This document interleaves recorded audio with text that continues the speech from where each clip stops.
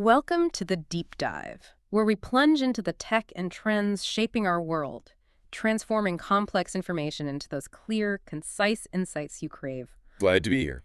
Today, we're embarking on a pretty fascinating deep dive into a new piece of wrist-worn tech. It promises to be, well, more than just a tracker. Yeah, the idea is it's designed to capture memories, really enhance your outdoor adventures. Exactly. And our mission today, really driven by your curiosity, listener, is to explore the new Coros NOMAD. We've looked through a stack of sources, including some really detailed reviews from the 5K Runner website, DC Rainmaker, Desfit, quite a few others, actually, Yeah. so we can bring you the full picture. The goal is really to unpack the NOMAD's features, its performance, how it actually works in the real world, and, crucially, how it stacks up against other Coros watches and its big rival, the Garmin Instinct series. Right. The comparison piece is key. Absolutely. So by the end of this, you should be totally informed on whether this new outdoor adventure watch is, the right fit for your next trip. All right, let's dig in. The Coros NOMAD, it just kind of burst onto the scene, didn't it? Grabbing attention as this dedicated outdoor adventure sports watch. It did, and the look is pretty distinctive. You really can't miss it. Reviewers, like the 5K Runner, highlighted its rugged, sort of retro design, and they pointed out pretty strongly the visual similarity to the Garmin Instinct series. Which itself borrowed from G-Shock, yeah. It's a known look. It's a popular aesthetic, no doubt. But it does make you wonder, is Coros leaning into something familiar, or are they carving out their own space here? It's an interesting balance, isn't it? Coros seems very strategic with where they're placing the Nomad. Their lineup usually goes from the Pace series, which is more budget-friendly, Right. to the Apex with premium materials, then the super rugged top-tier Vertex. The Nomad looks like it's trying to bridge that gap. Offering durability, but maybe not at the Vertex price. Exactly. Significant durability, advanced features, but at a more accessible price point. It's coming in at $349 US or £319 in the UK. Which, yeah, most tech folks are saying that's pretty competitive for what you're getting. Definitely. So let's talk about those capabilities, core specs first. Because this is where the Nomad makes some very deliberate choices for outdoor folks. Right. It's got a 1.3-inch memory and pixel display, MIP, touchscreen. 260 by 260 pixels. And it's their third-gen MIP, right? What does that actually mean for usability? Well, it means the screen isn't just sharp enough for maps, but it gets more readable in bright sunlight, which is exactly when you need it outdoors. Unlike, say, an AMOLED, which can struggle and drains battery faster in sunlight. Precisely. It's a conscious choice for adventure, endurance and readability over, super vibrant colors indoors. And that MIP choice definitely impacts battery life positively, I assume. Absolutely. And under the hood, it's got the same faster processor they put in the Pace Pro, Okay. which translates directly to what reviewers are calling lightning speed map performance, panning, browsing maps. Desfit even said it was easily best in class. Wow, okay. That's high praise for map speed on a watch. What about physically? Buttons. 3 physical buttons, including a new customizable action button on the left side. That's a new layout for Coros, actually. Maybe hints at a new UI direction. Interesting. A new button and fast maps. I'm always curious about build materials for an outdoor watch, though. How tough is it really? Good question. The screen's hardened mineral glass, which they say is a step up in scratch resistance from older mineral glass. Not quite sapphire, but better. Okay. The main case is fiber-reinforced polymer, and there's an aluminum alloy reinforcement in the bezel. So a mix of tough plastics and metal. How does that feel weight-wise? Surprisingly light, actually. Only 61 grams with the silicone band and just 49 grams with the nylon band. Oh, wow. That is light for a rugged watch. Yeah, you might not even notice it's there. Yeah. It's also got 5 ATM water resistance, good for swimming, surface stuff, and a decent 32 gigs of internal storage for maps and music. Connectivity. Standard stuff. Pretty much.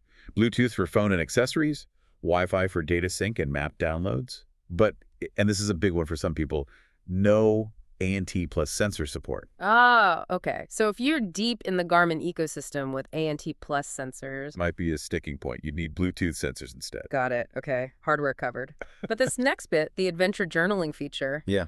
This sounds genuinely different. It really is. Coros is shifting focus here from just raw data to turning your activities into a digital journal or scrapbook, as they put it. How does that actually work? How does it change things after a run or hike? It's pretty unique. So, for the first time, a Coros watch, the Nomad, has a built-in microphone. On the watch itself. Yep, which enables voice pins. You can record voice notes right from the watch during an activity. You can set up a shortcut button or use the toolbox menu. Okay. These notes get saved at the exact GPS spot. And, impressively, they get transcribed to text in the Coros app later. Whoa. How's the quality? Can it actually hear you if you're, like, cycling fast? Reviewers like the 5K runner were pleasantly surprised. Said the clarity was good even over 20 miles per hour, despite the mic being, tiny compared to a phone's. So it's not just a gimmick. It could genuinely change how you capture moments. Instead of just data points, you get context, emotion. That seems to be the idea, turning runs and rides into more than just numbers. A personal narrative, reliving the feeling, not just seeing the pace. That's fascinating. Like, you hit a viewpoint, you're knackered, but you can just quickly say, wow, amazing view, instead of fiddling with a phone. Exactly. And you can add photos and videos, too. How does that work? You can take them directly from the Coros app using their extender feature while you're active that mirrors watch data on your phone screen. Okay. Or just upload media later from your phone's camera roll. Yeah. Pin them to the route where they were taken. And this all feeds into some kind of summary. Yeah, a new 3D flyover feature. It creates these customized videos of your route, mixing in your voice pins, photos, videos, key stats, plus new sharing templates. It makes your activity a dynamic story you can share. That does sound cool. Re-experiencing the journey. And I saw these pins can be specific to the activity. Yeah, clever touch. Like water stops for gravel biking, catch locations for fishing, maybe hazards for hiking. They're trying to think about how people actually use these things. Speaking of fishing, they really went deep on that, didn't they? Enhanced environmental data, specific fishing modes. They did. Seems like a clear targeting of a niche market. 8 specific modes: fly, lure, kayak fishing, etc. Log catches, track best times based on conditions, mark spots. Using tide data, moon phases. Exactly. All integrated with real-time environmental data to help you fish smarter.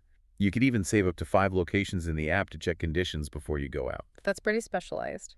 Okay, let's pivot to, well, the bread and butter for an outdoor watch. Navigation and mapping. What's the Nomad packing there? It's got dual frequency or dual band, GNSS. Okay, explain that simply, like better accuracy in tricky spots. Pretty much. Think of it as the watch having 2 years listening for satellite signals on different frequencies. It's much better at filtering out bad signals bounced off buildings or blocked by dense trees. So, more precise tracks in cities or forests. Exactly. One reviewer called it Coros' most accurate GPS watch they've ever made.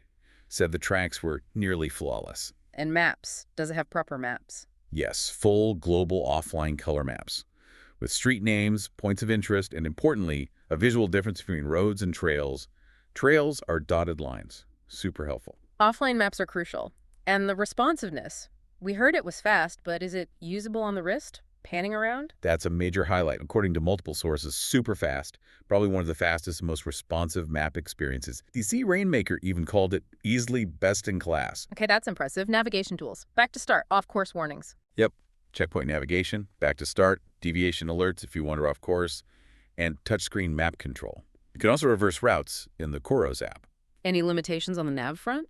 A few. No automatic rerouting on the watch if you go off course. It just gives you a compass direction back to the planned route. Nah. Okay, not like Garmin's rerouting. Right. Also lacks Climb Pro-like pages showing upcoming climbs, which their Durabike computer has, but not the watches. And map downloads are sometimes only available in big chunks like whole countries, not smaller regions. And syncing routes from Strava or Komoot, still manual. Yeah, still requires a manual sync to the watch, not seamless cloud sync. Okay, good to know. So features and nav covered. How does it actually perform? Let's talk accuracy. GPS first, does that dual frequency deliver in real tests? Yeah, sources say it's very strong, even boringly perfect. It did great, even in tough spots, like New York City streets handling stops, building canyons, underpasses, compared very well against other dual-frequency watches. Mostly nearly flawless tracks, just occasional minor blips like slight overshoots. What about swimming? Open water is always tricky. Described as one of the best Coros Slims to date. Very solid. So yeah, the dual frequency really seems to deliver on accuracy. That's genuinely impressive, especially for the price point. How about the altimeter and the wrist heart rate? Altimeter generally lined up well with other good devices and things like Strava's corrected elevation, maybe a couple of minor high readings on some rides, but mostly consistent. And the heart rate? Wrist HR is always a mixed bag. It did really well for indoor cycling, almost matching chest straps. Outdoor cycling was pretty well, of wandering on really rough gravel. Really? Really good results for running, even with changing paces.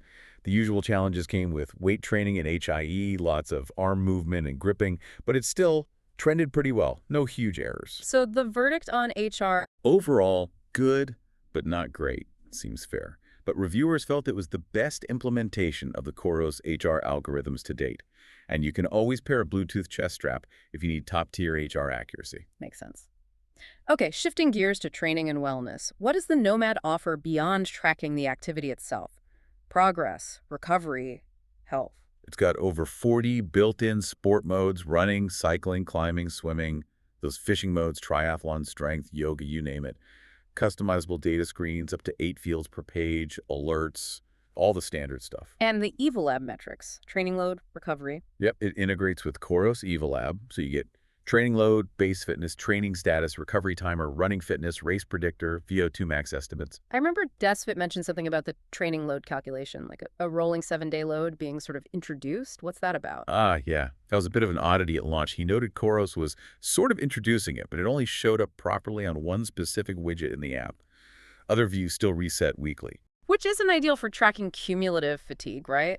Especially for, say, an ultra runner. Exactly. For someone training for an ultra, seeing that continuous buildup of stress over weeks is crucial for managing load and recovery.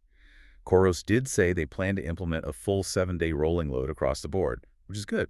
But as it stands, it provides the metrics, but maybe the interpretation or usefulness isn't quite perfect yet.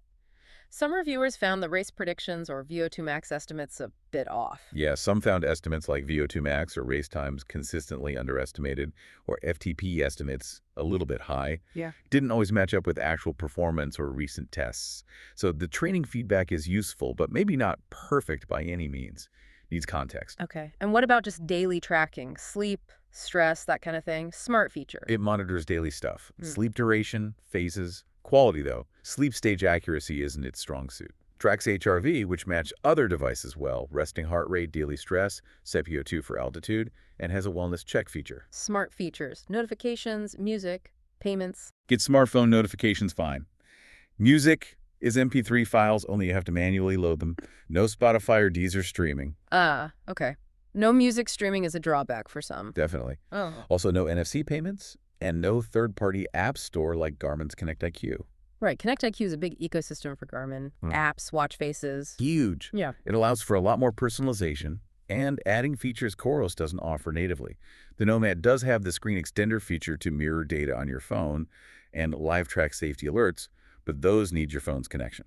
And that microphone we talked about, just for voice pins. Yep, only voice pins, no taking calls on the watch or using a voice assistant. Gotcha. Okay, let's place the Nomad within the Coros family. How does it compare to its siblings? It feels like it's filling a specific slot. Same price as the Pace Pro, $349, but aiming for more durability and outdoor focus without hitting Apex or Vertex material costs. It's not replacing anything. So versus the Pace Pro at the same price, what are the key differences? Pace Pro has an AMOLED screen.